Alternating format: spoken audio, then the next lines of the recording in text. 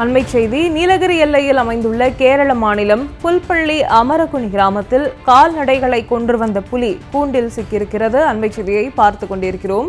புல்பள்ளி அமரகுணி கிராமத்தில் கடந்த 15 நாட்களாக புலி ஒன்று கால்நடைகளை தாக்கி கிராம மக்களை அச்சுறுத்தி வந்தது.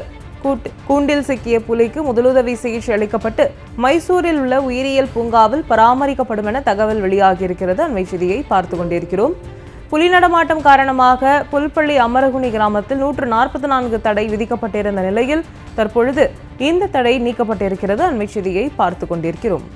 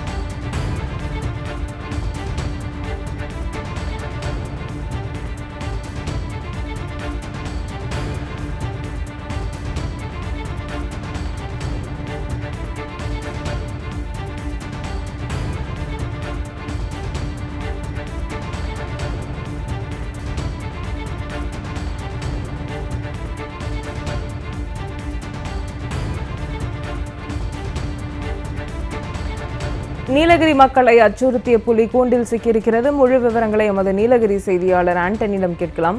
வணக்கம் ஆண்டனி, விவரங்களை பதிவு செய்யலாம். வணக்கம்.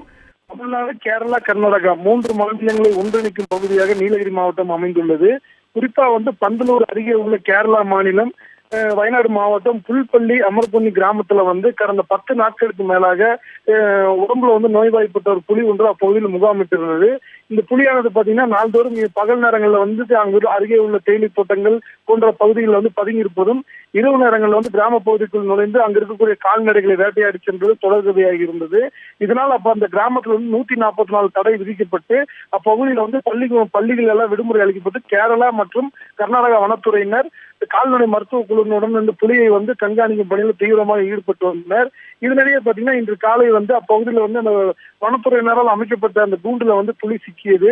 இதனைத் தொடர்ந்து அப்பகுதியில் தடை 144 தடை விலக்கப்பட்டு அப்பகுதி எப்போது வழக்கமாக நடமாடலாம் என கூறியுள்ளனர். தற்போது பிடிப்பட்ட இந்த புலிக்கு சிகிச்சை அளிக்கப்பட்டு மைசூரில் உள்ள உயிரியல் பூங்காவில் கொண்டு போய் அங்கு வைத்து வளர்த்துறதுக்கான திட்டம் வனத்துறையினர் தீட்டியுள்ளனர். 15 நாட்களாக அப்பகுதியில இரு மாநில எல்லையில பொதுமக்களை அச்சுறுத்தி வந்த புலி பிடிப்பட்டது அப்பகுதி மக்களிடையே நிம்மதியை ஏற்படுத்தியுள்ளது. நீலகிரி மக்களை அச்சுறுத்திய புலி கூண்டில் சிக்கியிருக்கிறது. தகவல்களுக்கு நன்றி ஆண்டனி.